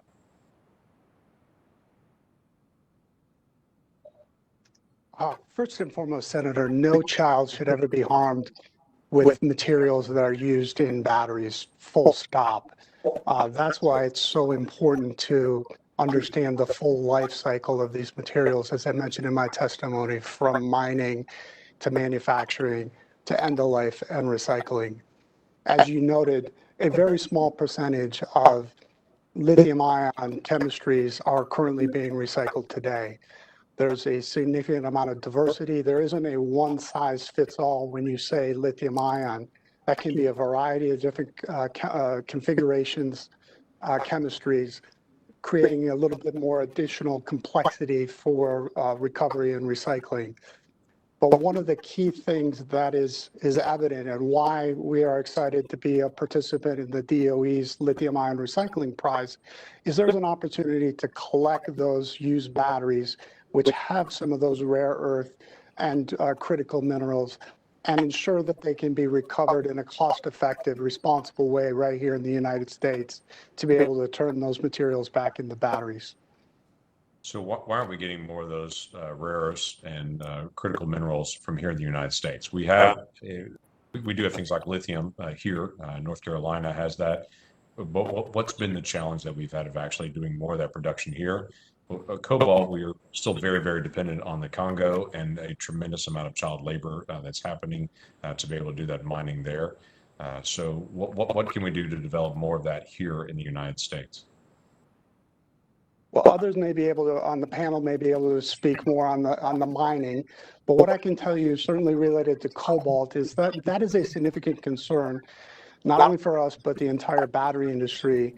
We're a part of the World Economic Forum's Global Battery Alliance that has a cobalt initiative that is specifically focused on responsible sources. But I would defer to others on the panel on the mining capabilities here in the United States. Someone else want to make comment on that? Senator, I would appreciate the opportunity to comment on this. This is Kelly Speaks Bachman.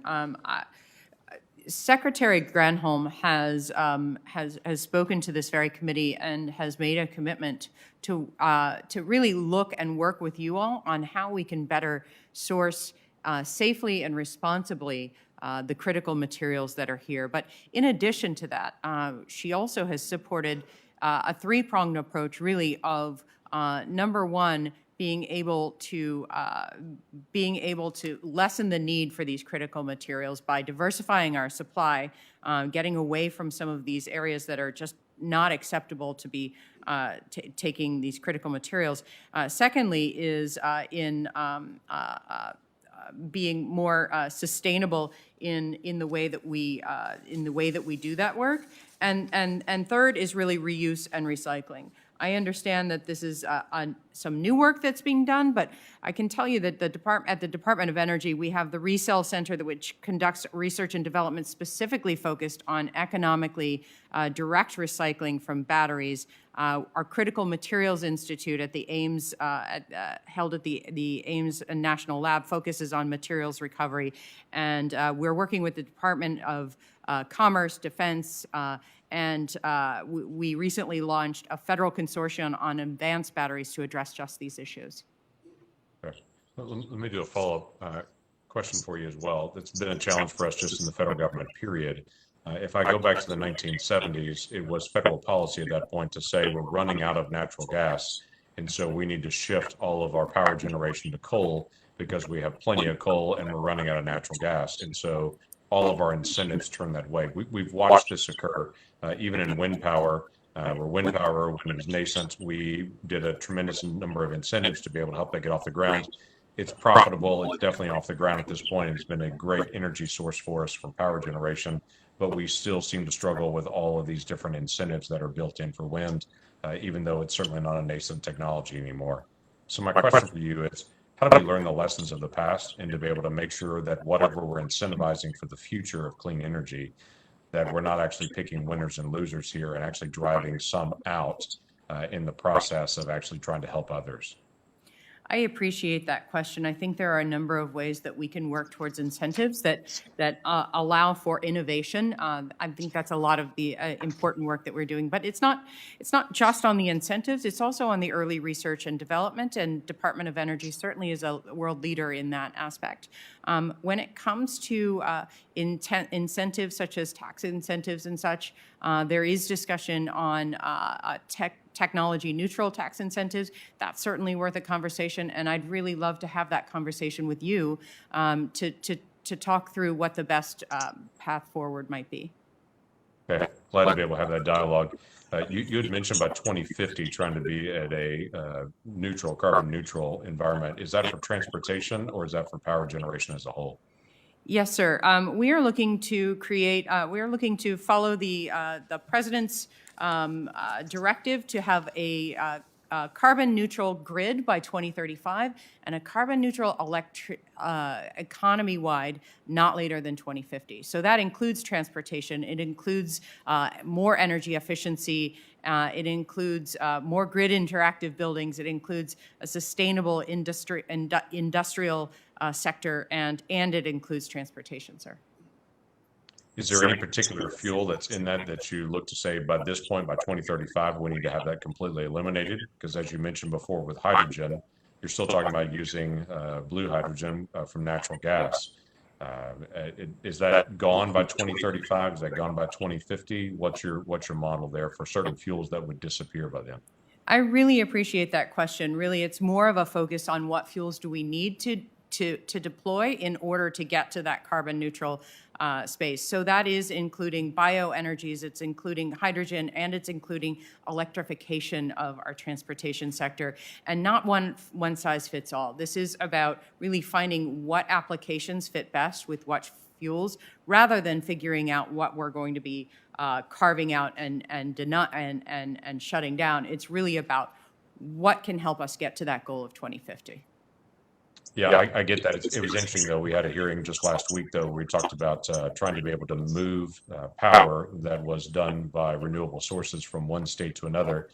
We have states in the West that they've actually started working on transmission lines in 2007, and they don't have a single one of the lines up yet because they're still going through the permit and the study process. They hope to actually break ground on their first of their transmission lines within the next 2 years. So when we talk about trying to be able to eliminate certain items by 2035, and then we realize just moving electricity over a couple of states, in some of our states already has taken 13 years, and it's not actually put in a tower yet. We realize 2035 is really not very far away. And one of the challenges we're going to have is to try to say, what are we doing with vehicles? What has to happen in the permitting? What has to happen in the process? And what actually needs to occur for those that are in poverty to not be driven to a very expensive vehicle of $50,000, $60,000, $70,000 that they can't afford, and so that suddenly vehicles are on the top shelf only for a select few because you're not in the mix. So trying to be able to strike that balance that we're not actually pushing people in poverty into more isolation, or to be able to set a goal that we already cannot achieve based on what we have seen in the past unless we clean up some of our permitting process. Senator Thankford, we want to thank you for that great analogy. We're going to have to move on if you don't mind. Thank you. Senator Kelly. Thank you, Mr. Chairman.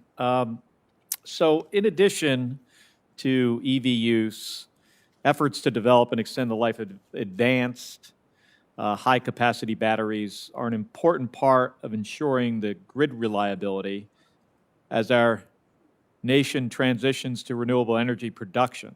We also need a secure supply chain for these materials, but the transition to advanced batteries will not happen overnight, which is why I'm a proponent of federal and private R&D into alternative energy technologies.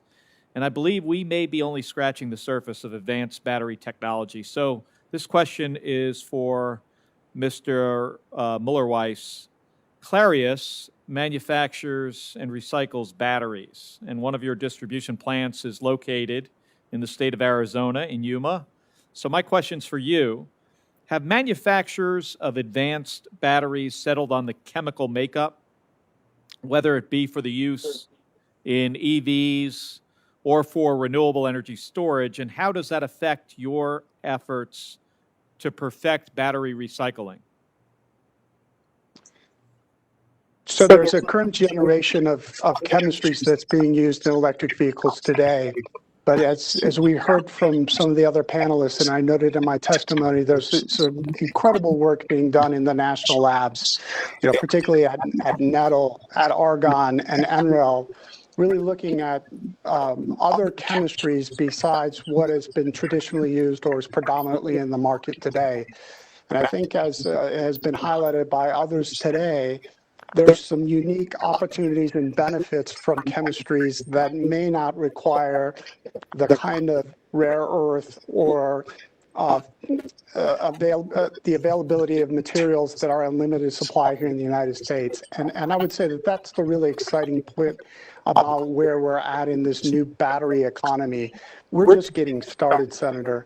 And it's the work of the national labs. It's unleashing the private sector, and it's really focusing on the opportunities ahead that I think are really going to create new opportunities, new paths forward.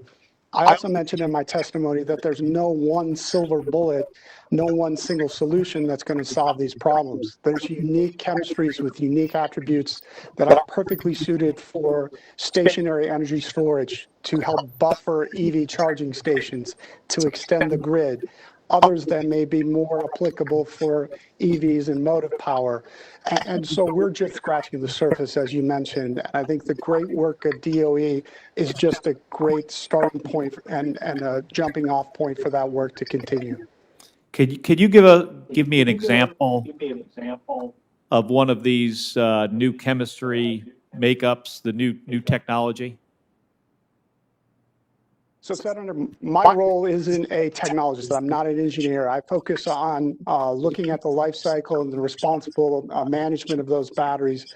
But I can tell you we're looking at and working with argon and several of the national labs on other chemistries that may use magnesium, sodium, other forms of lithium, other combinations of lithium that may make it easier to recycle. So there's a myriad of different solutions. And that's why the work and the modeling work, particularly of argon, the ReCell facility that was mentioned, and the Everbat modeling capabilities are so critical because they are building an inventory of these variety of different chemistries, variety of different combinations, and what the impacts would be upstream in terms of raw materials and downstream in terms of end of life and in terms of greenhouse gas emissions. Well, with the understanding that the development of these technologies often takes some time, will we be able to achieve a capacity for recycling batteries anytime soon that will supplant the development of our domestic reserves of lithium and our need to import cobalt and additional lithium from other nations? Well, certainly, I think it was mentioned earlier that, the initial supply source is going to come from somewhere. The ability to recover and reuse that material at the end of life of batteries is critical to complement the supply of raw materials from mines and other locations around the world. But what is really promising is the ability to take the increasing volume. I mentioned there's over 200 million pounds of used lithium-ion batteries from EVs that are expected in the very near future. To be able to look at those as a critical resource to complement what was originally mined is really something that we think is within reach. And I also want to point to the lithium-ion recycling prize as one of the key paths forward. It's really challenging the private sector. We're working with a number of private sector companies in our team to really find a way to accelerate and have that step change to achieve the kind of lithium-ion recycling that I mentioned in my testimony.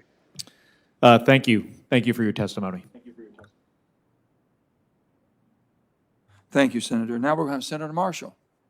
Thank you, Chairman. It's good to be back. My first question is for Mr. Satterthwaite from Cummins. Mr. Satterthwaite, let me start by saying thank you for your footprint in Kansas. I actually used your services in Wichita for a generator a couple years ago.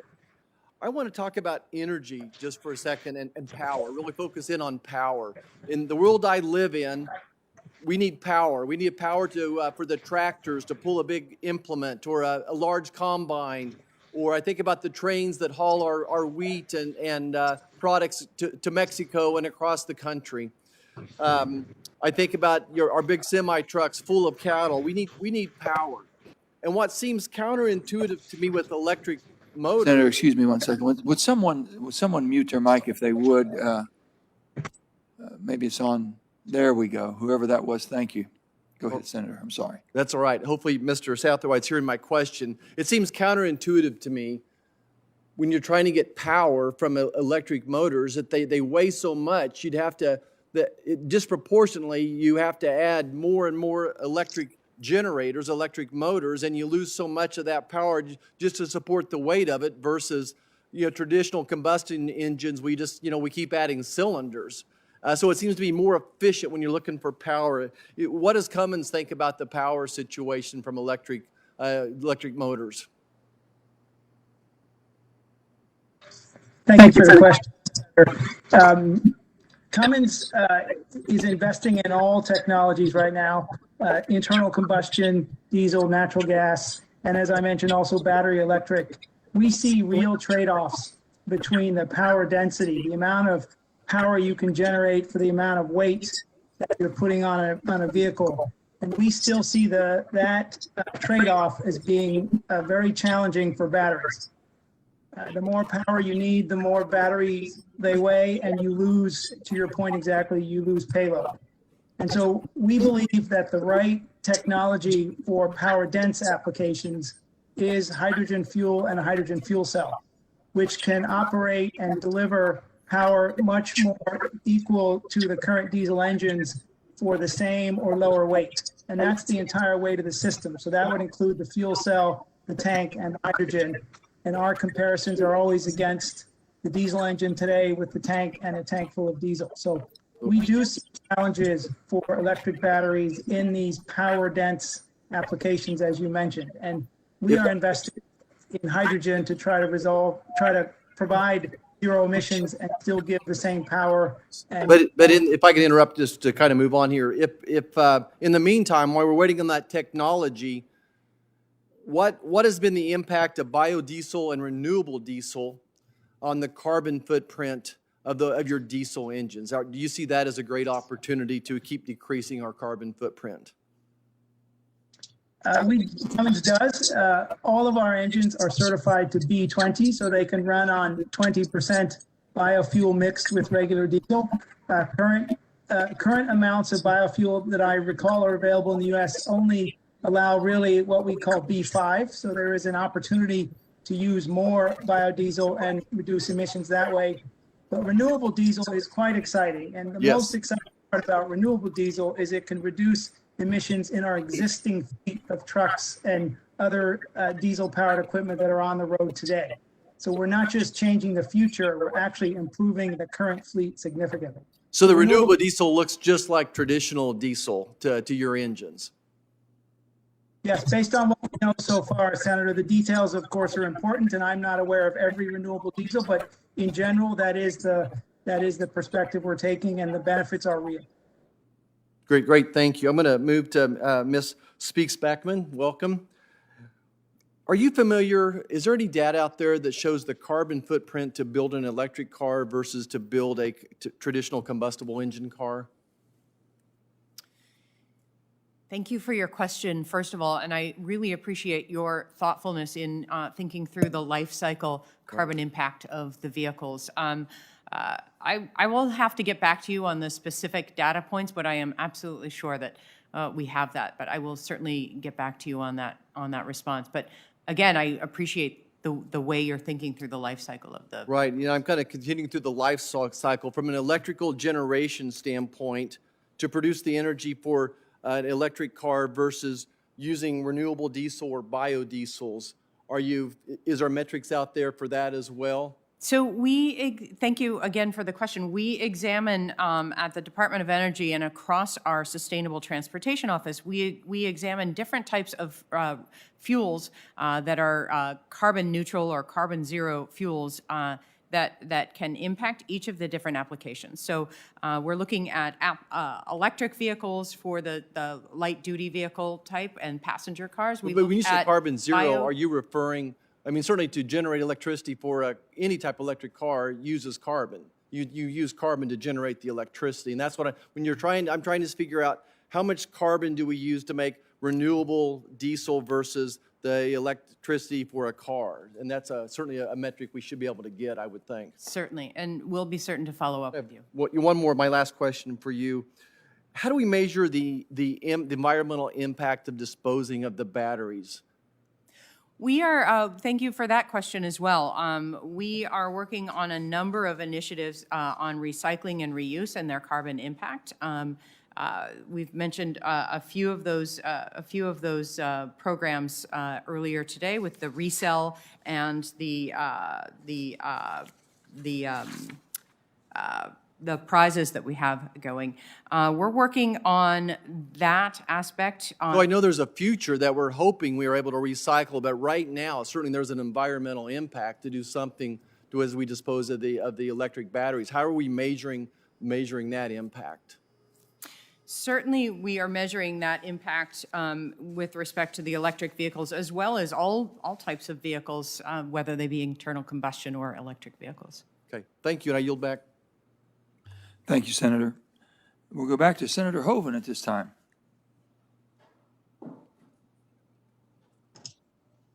Thank you, Mr. Oh, I'm Chairman. sorry. Senator Hoeven, I am so sorry. I've got to go to Senator Hickenlooper first, then I'll come to you. That's what I thought, absolutely. Senator Hickenlooper, I'm sorry.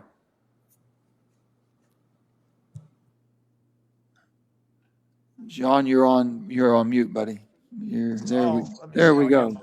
I'm sorry, brother. I didn't mean to knock you off. Am I off mute? You're on now. You're on, sir. Okay.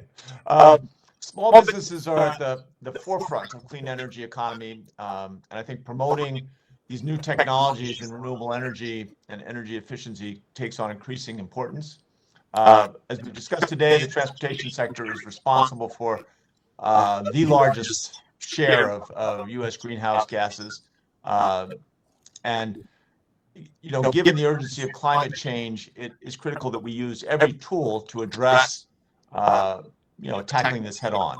So, Ms. Speaks-Backman, how can DOE better partner with small businesses and universities and the federal labs to accelerate the innovation that's going to ultimately lead to, you know, a more successful addressing of the climate challenge? I so appreciate that question, Senator, and thank you for your leadership in the work that you do.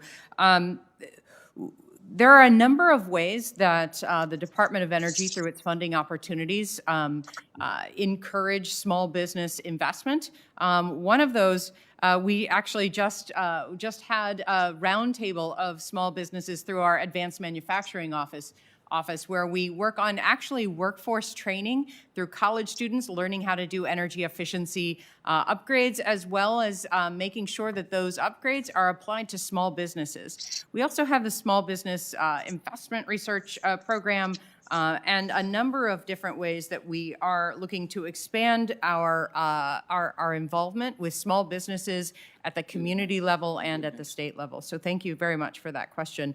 And if you have more ideas, we are thinking through our big ideas across Department of Energy and within EERE, and especially within the Vehicle Technologies offices. Great, thank you. And this kind of staying on that, the Advanced Technologies Vehicle Manufacturing Loan Program, which has supported the manufacturing of light-duty vehicles, the qualifying components. How can that direct loan program better support the small manufacturers, the guys who are kind of just getting off the ground, but beginning to get some momentum and helping make this really an emerging industry? Yes, thank you for the very direct question. The Loan Program Office, the program really focuses on the light-duty vehicles only, but not all small businesses are working just on the light-duty vehicles. Some are looking at medium-duty vehicles, and some are doing a longer haul. And so being able to use that funding source to apply to a larger spectrum of what we know can help reduce carbon across our transportation sector would certainly be helpful, across the hydrogen work that we do and across the biofuels that we work with. That's great. I think I'm so enthusiastic about as we get more resources to these smaller manufacturers and to the smaller partners with DOE, that the rate of innovation is going to continue to increase. I yield the rest of my time. Thank you, Senator. Before I go to Senator Hoeven, Senator Brasso. Thanks, Mr. Chair. Just to put into the record a few things, I have a letter from the National Association of Convenience Stores, the National Association of Truck Stop Operators, and the Society of Independent Gasoline Marketers of America. The letter outlines the group's recommendations to improve the environmental characteristics of transportation fuels, and I ask unanimous consent to introduce that, Mr. Without objection. And I have a March 13th article published by Bloomberg entitled "Electric Cars Will Cost More Using Ethically Sourced Batteries." The article discusses a report from a panel of scientists to the European Union outlining the child labor and human rights abuses associated with cobalt production in Congo. Some of the things we've discussed here, and it goes on with the risks associated with lithium, natural graphite, manganese, and nickel, and unanimous consent also to admit that. Without objection. Thank you, Mr. Chairman. Senator Hoven. Thank you, Mr. Chairman, and appreciate the witnesses being here. I'd like to start with Ms. Speaks-Backman. In North Dakota, we're working very hard to do what we call crack the code on carbon capture and storage. Obviously, it's technologically feasible, but we've got to make it commercially viable or commercially feasible to do it from our coal-fired electric plants. We're also doing it with the CO2 from ethanol plants. And we put the regimen in place in our state to do it and we're EPA approved. Now we need DOE's help to put the equipment on these plants to separate, capture this, and capture the CO2. And like I say, do it in a commercially viable way. So we would ask for help in that endeavor and link it to one of the things we're talking about today, which is hydrogen as a fuel source. So please tell me if you are committed to helping us get that done and how we're going to do it together. Thank you so much for the question. Keep flipping on and off my volume there. So certainly carbon capture and storage as part of the Department of Energy's Fossil Energy Office has been working very hard, and I have had the joy to work with Jen Wilcox, who's leading that effort to see where we can collaborate, especially on issues of carbon capture and how it may be involved in the development of hydrogen for a cleaner energy support. And I really look forward to working with you to see how we can really leverage across all the energies, all the energy offices. We have fossil energy, EERE, of course, the Office of Electricity, to make sure that we can work towards less carbon intense fuel sources across the energy sector. Well, that's it exactly, and we also already have partnership arrangements with you at DOE, and so are you committed to work across the different entities within DOE, help coordinate their efforts in support of this objective? Yes, sir. I'm happy to coordinate and collaborate across the other offices within DOE. Thank you, and we very much look forward to working with you to do just that. So thank you so much for your response. Mr. Satterwhite, in Dickinson, we have a facility that we're working now was actually originally constructed as a diesel facility to produce diesel from oil, but now we're actually converting that to a renewable diesel facility that would produce about 12,000 barrels per day of renewable diesel from corn and soybean oil. Talk to me a little bit about what you see for first that is usable in any current diesel engine. Is that correct? And then talk about some of the benefits and what you see as the marketplace for the renewable diesel. Thank you, Senator. I will start by saying I'm not a fuels expert, so I can't speak specifically to the fuel, but it is my understanding that the renewable diesel fuels that are being developed are interchangeable and usable, definitely in Cummins diesel engines, but I think across the industry with our competitors as well. And so the huge benefit and opportunity I see for renewable diesel is not just the opportunity to put new product into the market that is low emissions, but to actually reduce the emissions of every single engine that's in the market and working today. That is the big opportunity, both from a market and a carbon reduction perspective. And so we are excited by the opportunities of low carbon fuels and what that can mean to reducing the carbon impact of not only tomorrow's products, but yesterday's and today's products as well. Thank you. And I'm probably not going to get this name just right, but I'm going to try. Nkurunziza. Sir, if I didn't get your name correct, I apologize. But talk to me about getting some of these rare earth elements out of coal instead of from China. That's something that we're working on. Do you think that's something that should have strong support from the DOE and something that we can do? Thank you for the question. I think now even America is producing again rare earths. It has the Mount Pass mine in California that had been closed for several years. It was closed, I think, in 2002. So now it's back in operation. It was closed because of environmental concerns. Now, again, coming back to technology, with new technologies, I think they are now able to mine rare earth again. And America now is becoming again a leader, really, in the production of rare earth. Now, the other point I made earlier is that there are other countries. There are other countries other than China where you can find this rare earth. Australia, countries, a few countries in Africa, and some of them are actually underexplored. So I think exploration is also something that maybe presents a number of opportunities for American firms. So I think America now is back really in the rare earth sector, and I think that's it's very good for the American economy. Thank you, sir. Thank you, Mr. Chairman. Thank you, Senator. Are there any other senators that we have or on video here that wish to speak? If not, I want to thank all the witnesses for joining us this morning for your discussion. Your input was extremely helpful for all of us, and I'm sure we'll be calling on you further as we move legislation. Members will have until close of business tomorrow to submit additional questions for the record, and the committee stands adjourned.